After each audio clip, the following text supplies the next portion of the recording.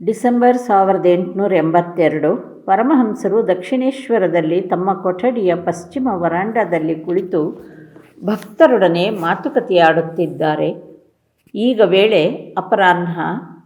ಬಾಬುರಾಮ, ರಾಮದಯಾಲ, master ಇವರೂ ಅಲ್ಲಿ ಕುಳಿತಿದ್ದಾರೆ. ಇವರು ಮೂವರು ಇಂದಿನ ರಾತ್ರಿಯನ್ನು ಪರಮಹಂಸರೊಡನೆ ಕಳೆಯಲು ನಿಶ್ಚಯಿಸಿದ್ದಾರೆ. ಕ್ರಿಸ್ಮಸ್ ರಜಾ ಬಂದಿರುವುದರಿಂದ ಮಾಸ್ಟರ್ ಮಾರನೇ ದಿನವನ್ನು ಪರಮಹಂಸರೊಡನೆ ಕಳೆಯಬೇಕೆಂದಿದ್ದಾನೆ. ಬಾಬುರಾಮನಿಗೆ ಪರಮಹಂಸರ ಪರಿಚಯವಾದದ್ದು ಈಗೆಲ್ಲೋ ಕೆಲವು ದಿನಗಳ ಹಿಂದೆ ಮಾತ್ರ. ಶ್ರೀರಾಮಕೃಷ್ಣರು ಭಕ್ತರಿಗೆ, ಭಗವಂತನೇ ಎಲ್ಲಕ್ಕೂ ಕರ್ತ ಎಂಬ ಜ್ಞಾನೋದಯವಾಗಿ ಬಿಟ್ಟಿತು ಎಂದರೆ ಮನುಷ್ಯ ಜೀವನ್ಮುಕ್ತನಾಗಿ ಬಿಡುತ್ತಾನೆ. ಒಮ್ಮೆ ಕೇಶವಚಂದ್ರಸೇನ ಶಂಭುಮಲ್ಲಿಕನೊಡನೆ ಇಲ್ಲಿಗೆ ಬಂದ. ನಾನು ಆತನಿಗೆ ಹೇಳಿದೆ, ಮರದ ಎಲೆ ಕೂಡ ಆತನ ಇಚ್ಛೆ ಇಲ್ಲದೆ ಅಲುಗಲಾರದು ಎಂಬುದಾಗಿ. ಸ್ವಾಧೀನ ಇಚ್ಛೆ, ಫ್ರೀ ವಿಲ್ ಎಂಬುದು ಎಲ್ಲಿದೆ? ಎಲ್ಲವೂ ಭಗವಂತನ ಅಧೀನ. ತೋತಾಪುರಿ ಒಳ್ಳೆ ದೊಡ್ಡ ಜ್ಞಾನಿ. ಆದರೂ ಆತ ನೀರಿನಲ್ಲಿ ಮುಳುಗಿ ಪ್ರಾಣ ಕಳೆದುಕೊಳ್ಳಲು ಯತ್ನಿಸಿದ್ದ. ಇಲ್ಲಿ ಆತ 11 ತಿಂಗಳು ಇದ್ದ. ಒಮ್ಮೆ ಆಗ ಆತನಿಗೆ ಹೊಟ್ಟೆ ಬೇನೆ ಬಂದಿತ್ತು. ಹೊಟ್ಟೆ ನೋವನ್ನು ತಡೆಯಲಾರದೆ ಗಂಗೆಯಲ್ಲಿ ಮುಳುಗಿ ಸಾಯಲು ಯತ್ನಿಸಿದ. ಆಗ ಘಟ್ಟದ ಹತ್ತಿರ ನೀರು ಆಳವಾಗಿಯೇ ಇರಲಿಲ್ಲ. ಆತ ನದಿಯಲ್ಲಿ ಎಷ್ಟು ದೂರ ಹೋದರೂ ಮಂಡಿಯುದ್ದಕ್ಕಿಂತ ಅಧಿಕವಾಗಿ ನೀರು ಎಲ್ಲೂ ಬರಲೇ ಇಲ್ಲ. ಆಗ ಆತನಿಗೆ ಅದರ ರಹಸ್ಯ ಅರ್ಥವಾಯಿತು.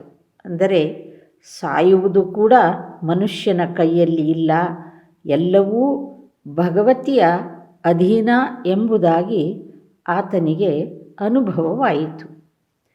ಆಗ ಹಿಂದಿರುಗಿ ಬಂದ. ಒಮ್ಮೆ ನನಗೆ ಬಹಳವಾಗಿ ವಾಯುವೃದ್ಧಿಯಾಗಿ ಬಿಟ್ಟಿತು.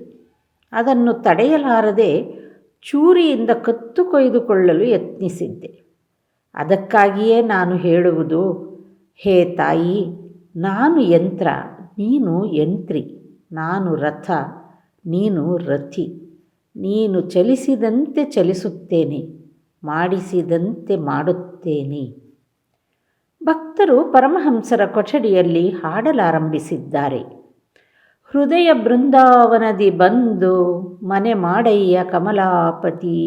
ಓಹೋ ಭಕ್ತಿಪ್ರಿಯನೇ, ನನ್ನ ಭಕ್ತಿಯೇ ನಿನಗೆ ರಾಧಾಸತಿ.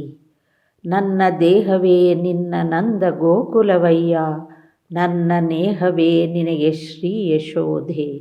ನನ್ನ ಮುಕ್ತಿಯ ಬಯಕೆ ಗೋಪನಾರಿಯರಯ್ಯ, ಬಾಯಿಲ್ಲಿ ನೆಲಸಯ್ಯ ಇದು ನಿನ್ನದೇ.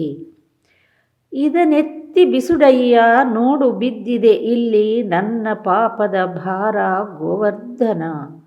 ಕಂಸಚರರಾಗಿರುವ ಅರಿವರ್ಗಗಳ ಕೊಂದು ನನ್ನೊಳಗೆ ನೆಲಸಯ್ಯ ಜನಾರ್ದನ. ನನ್ನ ಮನಸ್ಸಿನ ಬಯಲು ಹುಲ್ಲುಗಾವಲ ಚರಿಸು, ನಿನ್ನ ಕರುಣೆಯ ಕೊಳಲು ಸವಿರಾಗದೊಳಗೆನ್ನ ಮನದ ಧೇನುವ ನಿನ್ನ ವಶಪಡಿಸು. ನನ್ನ ಹೃದಯದ ಕರೆಯ ಯಮುನಾ ನದಿ ತಟದಿ ನನ್ನ ಬಯಕೆಯ ವೃಕ್ಷದಡಿಗೆ ನೆಲಸು. ಇಲ್ಲಿ ಬೃಂದಾವನದಿ ರಾಖಾಲನ ಪ್ರೇಮವೇ ನಿನ್ನ ನೀ ತೆರದಲ್ಲಿ ಬಂಧಿಸಿರಲು. ಅಲ್ಲಿ ನನ್ನನೂ ಗೊಲ್ಲನಾಗಿಸು ದೇವಾ ಎಂದು ಈ ದಾಶರಥಿ ಬೇಡುತ್ತಿಹನು. ಅವರು ಮತ್ತೆ ಹಾಡುತ್ತಿದ್ದಾರೆ. ಈ ಪ್ರಾಣ ಪಂಜರದಿ ಕುಳಿತು ಹಾಡು ಹಕ್ಕಿ, ಅವನ ವಿಭುಗಣಗಳನ್ನು ಕುರಿತು ಹಾಡು. ಶ್ರೀ ಬ್ರಹ್ಮ ಕಲ್ಪತರು ಮೂಲದಲ್ಲಿ ನೀ ಕುಳಿತು ಪುರುಷಾರ್ಥ ಫಲಗಳನ್ನು ಸವಿದು ನೋಡು. ಅವನೇ ನಿತ್ಯಾನಂದ, ಅವನೇ ಆತ್ಮದ ಅಮೃತ ಎಂದು ನೀ ನಿತ್ಯವೂ ಹೊಗಳು ಹಾಡು. ಅಚ್ಚರಿಯ ನುಕ್ಕಿಸುವ ನನ್ನ ಜೀವದ ಹಕ್ಕಿ, ಅವನಿಗೆಂದೇ ಬರಲಿ ನಿನ್ನ ಹಾಡು. ಮಳೆ ಹನಿಗೆ ಜಾತಕವು ಕಾತರಿಸುವಂದದಲ್ಲಿ ಅವನ ಕೃಪೆಯನ್ನು ನಿರುತ ಬೇಡಿ ನೋಡು. ನಂದನ ತೋಟದ ಶ್ರೀನಾಥ ಮಿತ್ರ ತನ್ನ ಬಂಧುಗಳೊಡನೆ ಕೊಠಡಿಯನ್ನು ಪ್ರವೇಶಿಸಿದ. ಪರಮಹಂಸರು ಆತನ ಕಡೆ ನೋಡಿ ಹೇಳುತ್ತಿದ್ದಾರೆ, ಗಾಜಿನ ಬಾಗಿಲ ಮೂಲಕ ಕೊಠಡಿಯ ಒಳಗಿರುವುದೆಲ್ಲ ಕಾಣಬರುವ ಹಾಗೆ ಈತನ ಕಣ್ಣಿನ ಮೂಲಕ ಈತನ ಆಂತರ್ಯವೆಲ್ಲ ತೋರಿಬರುತ್ತದೆ. ಈತ ಮತ್ತು ಈತನ ಸಹೋದರರೆಲ್ಲರೂ ಕೂಡಿ ಪ್ರತಿ ವರ್ಷವೂ ತಮ್ಮ ಮನೆಯಲ್ಲಿ ಬ್ರಾಹ್ಮ ಸಮಾಜದ ವಾರ್ಷಿಕೋತ್ಸವವನ್ನು ನಡೆಸಿಕೊಂಡು ಬರುತ್ತಿದ್ದಾರೆ. ಪರಮಹಂಸರು ಈ ಉತ್ಸವಗಳಲ್ಲಿ ಅನೇಕ ಸಲ ಭಾಗಿಗಳಾಗಿದ್ದರು. ದೇವಾಲಯಗಳಲ್ಲಿ ಸಂಧ್ಯಾ ಮಂಗಳಾರತಿ ಆರಂಭವಾಯಿತು. ಪರಮಹಂಸರು ತಮ್ಮ ಚಿಕ್ಕ ಮಂಚದ ಮೇಲೆ ಕುಳಿತು ಭಗವಂತನ ಧ್ಯಾನ ಮಾಡುತ್ತಿದ್ದಾರೆ. ಕ್ರಮೇಣ ಭಾವಾವಿಷ್ಟರಾಗಿ ಬಿಟ್ಟರು. ಭಾವ ಉಪಶಮನವಾದ ನಂತರ ಹೇಳುತ್ತಿದ್ದಾರೆ, ತಾಯೇ, ಆತನನ್ನೂ ಆಕರ್ಷಿಸಿ ಬಿಡು. ಆತ ಬಹಳ ದೀನ ಮತ್ತು ನಮ್ರ. ಬಂದು ಹೋಗಿ ನಿನ್ನ ದರ್ಶನ ಮಾಡುತ್ತಿದ್ದಾನೆ. ಪರಮಹಂಸರು ಬಾಬುರಾಮನ ಸಂಬಂಧವಾಗಿಯೇನು ಹೀಗೆ ಹೇಳುತ್ತಿದ್ದುದು. ಶ್ರೀರಾಮಕೃಷ್ಣರು ವಿವಿಧ ಸಮಾಧಿಗಳ ಸಂಬಂಧವಾಗಿ ಸ್ವಲ್ಪ ಹೊತ್ತು ಭಕ್ತರಿಗೆ ವಿವರಿಸಿದರು. ಈಗ ಜೀವನದ ಸುಖ ದುಃಖದ ಸಂಬಂಧವಾಗಿ ಮಾತುಕತೆ ಆರಂಭವಾಯಿತು. ಭಗವಂತ ಈ ಜಗತ್ತಿನಲ್ಲಿ ಇಷ್ಟೊಂದು ದುಃಖವನ್ನು ಏಕೆ ಸೃಷ್ಟಿಸಿದ್ದಾನೆ? ಮಾಸ್ಟರ್ ಒಮ್ಮೆ ವಿದ್ಯಾಸಾಗರ ಸಿಟ್ಟುಗೊಂಡು ಹೇಳಿದರು, ಏಕೆ ಭಗವಂತನನ್ನು ಕರೆಯಬೇಕು? ಹಾಗೆ ನೋಡು, ಚಂಗೇಜ್ ಖಾನ್ ಲೂಟಿ ಆರಂಭ ಮಾಡಿದಾಗ ಅನೇಕರನ್ನು ಸೆರೆ ಹಿಡಿದ. ಕೈದಿಗಳ ಸಂಖ್ಯೆ ಕ್ರಮೇಣ 1,00,000ದವರೆಗೂ ಏರಿತು. ಆಗ ಸೇನಾಪತಿ ಬಂದು ಆತನಿಗೆ ತಿಳಿಸಿದ, ಮಹಾಶಯ, ಇವರಿಗೆಲ್ಲ ಅನ್ನ ಹಾಕುವುದು ಹೇಗೆ? ಇವರನ್ನು ನಮ್ಮ ಹತ್ತಿರ ಇಟ್ಟುಕೊಳ್ಳುವುದೂ ವಿಪತ್ಕಾರಿಯೇ. ಇವರನ್ನು ಸುಮ್ಮನೆ ಬಿಟ್ಟರೂ ವಿಪತ್ತಿಗೆ ಒಳಗಾಗಬೇಕಾಗುತ್ತದೆ. ಏನು ಮಾಡೋಣ ಈಗ? ಆಗ ಚಂಗೇಜ್ ಖಾನ್ ಹೇಳಿದ, ಆದ್ದರಿಂದ ಇನ್ನೇನು ಮಾಡುವುದು? ಎಲ್ಲರನ್ನು ಕೊಂದು ಹಾಕಿಬಿಡು. ಒಡನೆ ಹುಕುಮಾಯಿತು. ಕಚ್ ಕಚ್ ಅಂತ ಎಲ್ಲರನ್ನು ಕೊಂದು ಹಾಕಿಬಿಡುವ ಹಾಗೆ. ಭಗವಂತ ಈ ಹತ್ಯೆಯನ್ನು ನೋಡಿದ ತಾನೆ? ಅದನ್ನು ತಡೆಗಟ್ಟಲು ಯಾವ ಪ್ರಯತ್ನವನ್ನು ಆತ ಮಾಡಲೇ ಇಲ್ಲ. ಆದ್ದರಿಂದ ಆತ ಇದ್ದರೂ ಒಂದೇ, ಸತ್ತರೂ ಒಂದೇ. ನನಗಂಥವನ ಅವಶ್ಯಕತೆಯೇ ಇಲ್ಲ. ಅಂಥವನಿಂದ ನನಗೆ ಯಾವ ಉಪಕಾರವೂ ಆಗುವ ಹಾಗಿಲ್ಲ.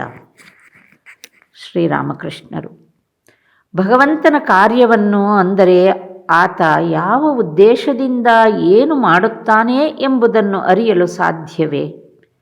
ಆತ ಸೃಷ್ಟಿಯ ಪಾಲನೆ, ಸಂಹಾರ ಎಲ್ಲವನ್ನೂ ಮಾಡುತ್ತಾ ಇದ್ದಾನೆ. ಆತ ಏತಕ್ಕೆ ಸಂಹಾರ ಮಾಡುತ್ತಾನೆ ಎಂಬುದನ್ನು ನಮಗೆ ಅರಿತುಕೊಳ್ಳಲು ಸಾಧ್ಯವೇ?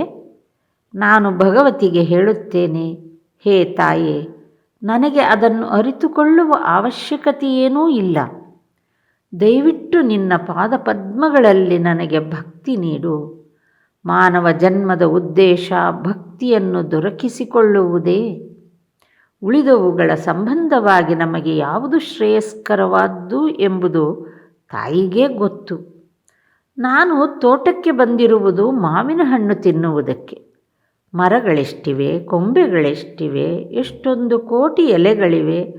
ಇವುಗಳ ಲೆಕ್ಕಾಚಾರ ನನಗೇಕೆ? ನಾನು ಕೇವಲ ಮಾವಿನ ಹಣ್ಣು ಮಾತ್ರ ತಿನ್ನುತ್ತೇನೆ. ಮರ, ಕೊಂಬೆ, ಎಲೆಗಳ ಲೆಕ್ಕಾಚಾರ ನನಗೆ ಬೇಕಾಗಿಲ್ಲ.